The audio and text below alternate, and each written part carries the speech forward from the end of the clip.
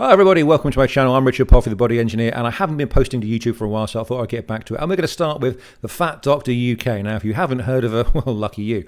I first heard of her some time ago now because she was on YouTube and did the rounds as a reaction video for some of the lunacy she was talking about.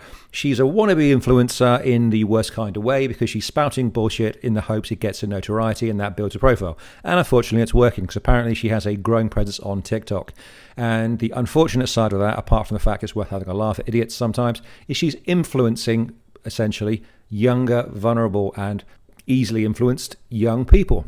Okay? Now, I really don't like bullshit in my life. I cut it out. I tend to work under the phrase success without the BS with people I work with professionally and people that know me because life is just too short. Now, the reason this lady crops up again is because she's putting out more content on TikTok and becoming someone that people readily recognize for nothing positive. And I want you to just experience the kind of content that she likes to put out. Okay, we'll start with the video that she did a while back and we'll go from there.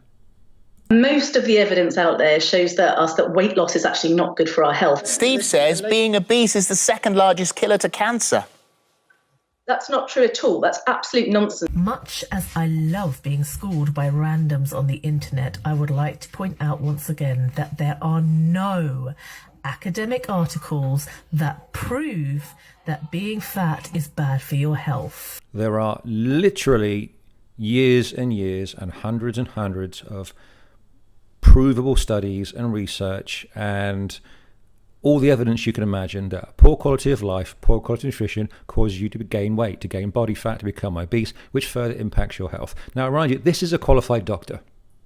A qualified doctor saying this, putting it out there to the internet in the hopes that it will gain viability amongst other obese and naive and or lazy people who will go, hey, a doctor told me this, so that'll do for me, and off we go, we're good. So here's some more of this bullshit. A lot of people like to compare smoking with being fat because supposedly both are bad for your health. And there's two things I want to say here. First of all, smoking is a behaviour, weight is not. If you're gaining weight on an ongoing, continual basis, that is very much a behavioural indication of what you're doing is bad for you.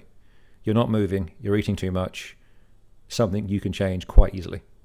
If you've got a medical issue that compounds that, then sure, you have to address that as well. However, you can still change it. It's a common misconception that knee pain is caused by being fat. A lot of people have been told that extra weight puts pressure on their joints and that causes arthritis. Of course, that's not true. While there are many reasons why you may have sore joints and sore knees, continuously getting heavier because you keep gaining weight, of course, is going to impact your mobility, your hips, your knees, your ankles, etc. And it is going to cause you pain, discomfort. So again, the qualified doctor is talking out of her ass. Unique British expression there. Did you know that it's virtually impossible to lose weight and keep it off? 95% of people who start a diet end up gaining back all the weight that they lost within the first 5 years. We've heard this so many times. I wish the hell I knew this, the source of this study. 95% of people who go on a diet gain the weight back. Well, of course they do, because the people who conducted that survey only asked people who clearly had failed at eating well, okay? And most people who go on a diet do something that's an inappropriate protocol. It's too harsh, it's too extreme, it's a ridiculous restrictive calorie deficit, which they're not going to maintain. There's no education. They don't learn what's good for them, what's going to be good for them in the long term. They don't learn how to incorporate exercise into their life. So guess what? When they've done 20 days, 30 days, 40 days of some bullshit program that they've seen on Instagram or TikTok or from some idiot like this, and they finish it, they may have changed their body mass total.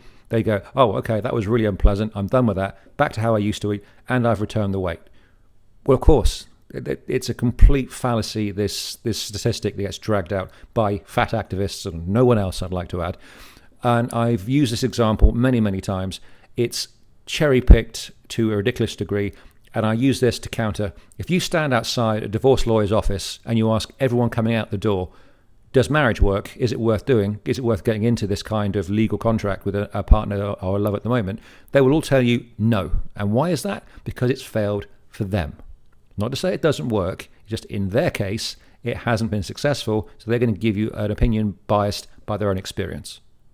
Weight loss is a myth that has been sold to you by the weight loss industry.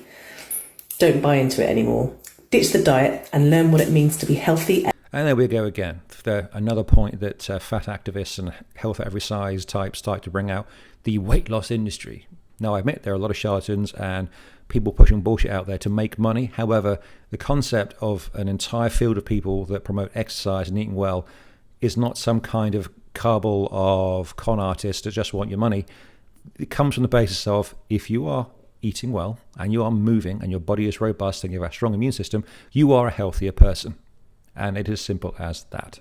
She says, if you want something enough, you can achieve it. How many of us have been sold this lie our whole entire lives? Just try hard and you will achieve your dreams. No, you won't. What do you reckon, the idea that at some point in the past she's tried 1 to 10 diets without an intelligent thought process behind it, without finding something suitable to her, a personality and her personal circumstances, her career and everything else, it's not worked, and therefore she blames the concept rather than her own personal experience?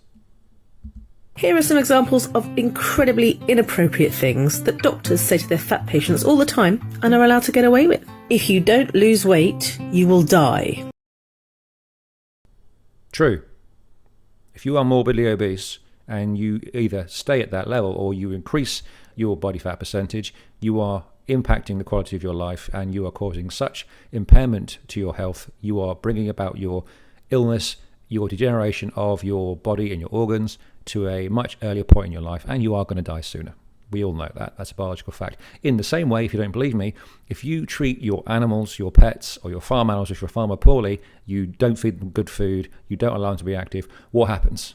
They get ill, they get sick, their body gets compromised, and they die.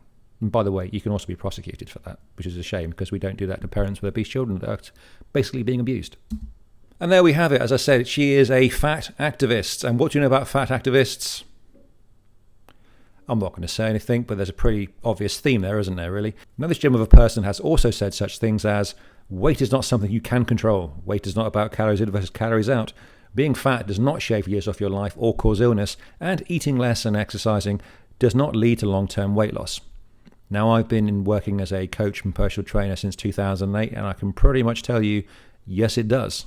If body fat reduction and improvement in your quality of life is your goal, it is readily achievable with some intelligent input and thought to the process and consideration as to what's going to work for you and experimentation and adjustment over a period of time. What does not work and what is damaging to your mental process for the experience is something that's harsh over a far too short period of time, which is not going to be pleasant, you're not going to enjoy, you're not going to learn anything from, and you're not going to stick to. And as I said, this woman is a fat activist, and she thinks that because she's an overweight, unhealthy woman, and she doesn't want to take any kind of responsibility for her own quality of life, she's going to now influence other people to be like her rather than hold up a hand and go, you know what, my own shortcomings, I can't look after myself, I'm happy as I am. Or maybe she's not, but that would be my guess, to be honest. And she's putting out her opinion to the world because it could gain notoriety. It's bringing her basically clicks and views on social media, and she's taking something from that. Now, I question the ability for her to be a genuine, caring, and adequate professional in the medical industry if this is the kind of bullshit she puts out there. But hey, what do I know? I'm only qualified in exactly what she's talking about. But if she genuinely believes that you can't, lose weight, you can't keep it off, and it doesn't reflect on your health, let's think about Rebel Wilson, Adele, Ethan Suplee, Action Bronson, Jonah Hill.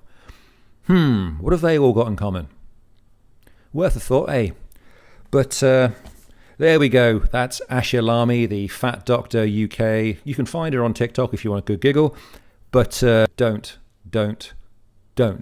take any advice from this woman. She's a general practitioner who, by the way, through the entire course of her medical training, has zero training in health and fitness to any level. She has zero training in nutrition and anything to do with that. Can she become a qualified nutritionist and a dietitian and everything else?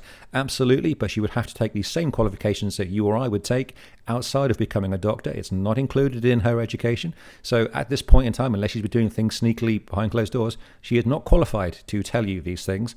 She is saying whatever the hell she wants to gain herself clickbait points on social media. Don't use her as a source of advice, especially if you are a young person. If you think maybe this doctor talking to me on social media knows what she's talking about, she doesn't. That's all I have to say about that. That's my thoughts. As I said, my name's Richard Palfrey. You can find me on my Instagram at the usual places and my website, www.thebodyengineer.training. Take care. I wish you all the very best in your health and fitness journeys, and I'll speak to you in future videos.